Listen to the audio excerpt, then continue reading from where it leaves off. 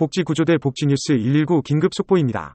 2024년 기초연금 선정 기준액이 5.2% 인상되었습니다.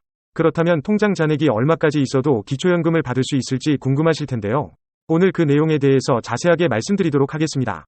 영상 보시기 전에 구독과 좋아요를 눌러주시면 더 빠르고 유익한 정보를 받으시는 데 도움이 됩니다. 시니어 여러분을 위한 복지구조대 복지뉴스 119 지금 시작합니다. 2024년 기초연금 수급 가능 여부를 결정하는 기초연금 선정 기준액에 대해 말씀드리겠습니다. 단독가구 기준 2023년 202만원에서 2024년 313만원으로 11만원이 인상되었습니다. 부부가구의 경우 2023년 323만 2천원에서 2024년 340만 8천원으로 17만 6천원 인상되었습니다. 또한 매달 받을 수 있는 기초연금 연금 기준액도 인상되었는데요. 단독가구 기준 2023년 최대 32만 3,180원에서 2024년 최대 33만 4천원으로 1,820원 인상되었고요. 부부가구 기준 2023년 최대 51만 780원에서 2024년 53만 4,400원으로 17,320원 인상되었습니다. 그러니까 부부의 모든 재산과 소득, 부채까지 모두 반영한 소득 인정액이 단독가구 213만원, 부부가구 340만 8천원 이하라면 단독가구 33만 4천원, 부부가구 53만 4,400원의 기초연금을 받을 수 있습니다. 여기까지 2024년 기초연금 변경에 대한 내용을 말씀드렸고요. 그렇다면 2024년 은행의 통장 잔액은 얼마까지 기초연금을 받을 수 있을까요? 2024년 1년 만기 정기예금의 이자율이 3.5%라고 가정하고 금융재산 1억 원에서 5억 원까지의 기초연금 소득 인정액을 계산해 보겠습니다. 먼저 금융재산의 기본 공제인 2천만 원을 공제받을 수 있는데요. 1억 원에서 2천만 원 공제된 8천만 원, 5억 원에서 2천만 원 공제된 4억 8천만 원이 됩니다. 그럼 먼저 금융재산 1억 원을 소득으로 환산해보면 기본 공제 2천만 원을 뺀 8천만 원의 소득 환산율 4%를 곱하면 320만 원이 되는데요. 이것을 다시 12개월로 나눠주셔야 합니다. 그럼 26만 6천 원인데요. 같은 계산식으로 2억 원 재산의 소득 환산액은 60만 원, 3억 원은 93만 3천 원, 4억 원은 126만 6천 원, 5억 원은 160만 원이 됩니다. 여기서 끝이 아니고요. 이자 소득도 계산하셔야 합니다. 기초연금의 소득 인정액에 반영되는 이자 소득은 세금을 공제하기 전 소득을 기준으로 적용하고 있고요. 기본 공제로 월 4만 원씩 공제됩니다. 앞서 정기예금 이자율이 3.5%로 가정한다고 말씀드렸으니 그 기준으로 계산해보면 1억 원에 대한 이자 소득은 월 25만 1천 원, 2억 원은 54만 3천 원, 3억 원은 83만 5천 원, 4억 원은 112만 6천 원, 5억 원은 141만 8천 원입니다.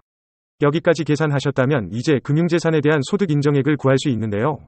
먼저 계산했던 재산소득 환산액과 이자 소득을 더하면 1억 원에 대한 소득 인정액 51만 7천 원, 2억 원에 대한 소득 인정액 114만 3천 원, 3억 원은 176만 8천 원, 4억 원은 239만 2천 원, 5억 원은 301만 8천 원입니다. 사람마다 상황들도 다 다르고 부동산, 재산에 대한 소득 인정액에 따라 다르겠지만 금융재산만 놓고 본다면 2024년 단독가구 선정 기준액은 213만 원이니 금융재산 약 3억 5천만 원까지는 기초연금 수급이 가능하시고요. 부부가구 선정 기준액은 340만 8천 원이니 약 5억 원까지는 무리 없이 기초연금 수급 대상이 되실 수 있을 것 같습니다. 다시 한번 말씀드리면 오늘 계산한 내용은 금융재산만으로 계산한 것이니 참고해 주시면 좋겠습니다. 여기까지 금융재산의 소득 인정액을 구하는 방법에 대해 말씀드렸고요. 이와 관련하여 가장 많이 해주시는 질문들을 추려서 답드려보도록 하겠습니다. 첫 번째로 정기예금의 이자 소득은 언제부터 반영되는지 궁금하실 텐데요. 정기예금의 가입과 동시에 반영되는지, 이자를 받고 난 다음 반영이 되는지 한번 알아보도록 하겠습니다. 기초연금 계산 시 이자 소득은 이자를 받은 달이 속한 해의 다음해 4월부터 기초연금에 반영됩니다. 따라서 2024년 이자 소득이 발생했다면 다음 해인 2025년 4월 25일부터 기초연금에 반영되는 것이죠. 두 번째입니다. 2024년 금융재산 조사 범위는 어디까지일까요? 금융재산의 조사 범위는 보통 예금, 저축예금 등 요구불 예금의 3개월 평균 잔액, 정기예금, 정기적금 등 저축성 예금 잔액 또는 총 납입액, 주식, 수익증권, 출자금 등은 최종 시세 가액, 연금저축은 정기적으로 지급되는 금액 또는 최종 잔액을 조사하게 됩니다.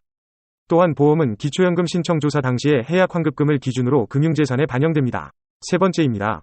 2024년 금융조사는 몇 번 하게 되는지도 궁금하실 텐데요.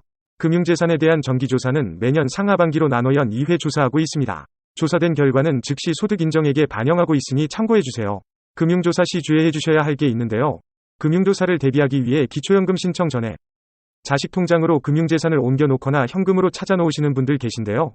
기초연금을 신청하면 2011년 7월 이후 발생한 금융재산의 거래 내역을 모두 조사하게 되어 있습니다. 의심되는 거래 내역이 있을 시 증빙자료 없이 재산이 줄었을 경우 줄어든 금액만큼을 기타 증여 재산으로 인정하게 되고요. 증여 시점부터 매달 단독가구 235만 7천원, 부부가구 286만 4천원씩. 자연 소비분으로 차감하고 남는 금액만큼을 부모의 금융재산에 포함시키고 있으니 주의해 주셔야 합니다. 오늘은 금융재산 1억 원에서 5원까지 금액대 별소득 인정액을 계산해 보았습니다. 오늘 말씀드린 내용으로 본인의 상황에 맞게 계산해 보셔서 예상소득 인정액을 구해서 기초연금 준비해 보시면 좋겠습니다. 오늘 준비한 영상은 여기까지입니다. 앞으로도 도움이 되는 정보를 얻고 싶으시다면 구독 버튼을 누르셔서 복지구조대 복지뉴스 119를 불러주세요.